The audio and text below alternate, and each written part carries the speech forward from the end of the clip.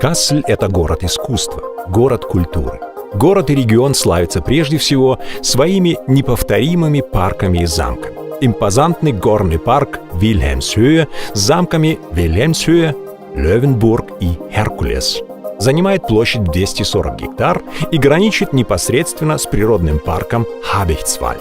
Часть горного парка, примерно в 100 квадратных гектаров, является одновременно курортом. Сам парк насчитывает более 600 различных видов растений и считается крупнейшим горным парком Европы. Один из самых красивых городских парков Европы – это парк Karlsruhe с оранжерейным дворцом. Парк Karlsruhe предлагает посетителям созерцательные прогулки, место для игр и занятий спортом, а для интересующихся культурой – дворец-оранжерей с выставкой мраморных статуй Marmorbad и астрофизическим кабинетом. Жемчужина в стиле рококо – это парк и замок Wilhelmsthal. В 1743 году ландграф Вильгельм VIII решил построить недалеко от Касселя в местечке Кальден дворец для охоты и развлечений в сельской местности в качестве летней резиденции. Замок и парк служат ежегодно местом открытия фестиваля «Культурное лето» в Северном Гессене, программа которого начинается в парке с серии концертов и пикника. Большей частью художественной ценности Кассель обязан своей истории, когда он был резиденцией ландграфа.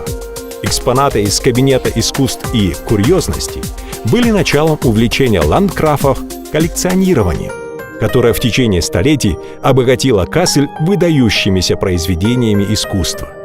Среди них античные скульптуры, такие как Кассельский Аполлон или знаменитое собрание фламандской живописи, в том числе работы Рембрандта и Рубенса. Они и являются основой Кассельского музея.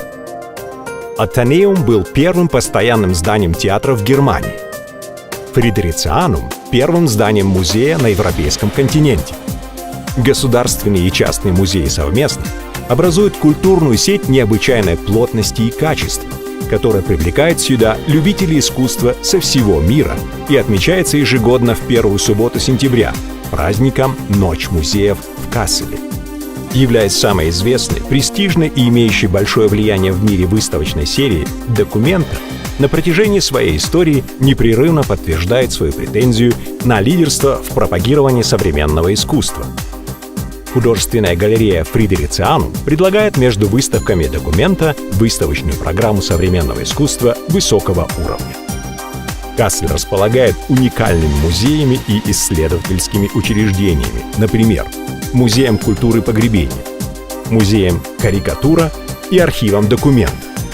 Здесь, в столице немецкой сказочной дороги, о жизни и творчестве известных лингвистов Якоба и Вильгельма Гримма свидетельствует музей братьев Гримм, вызывающий особенно у японцев и американцев, да и у других тоже, неописуемый интерес.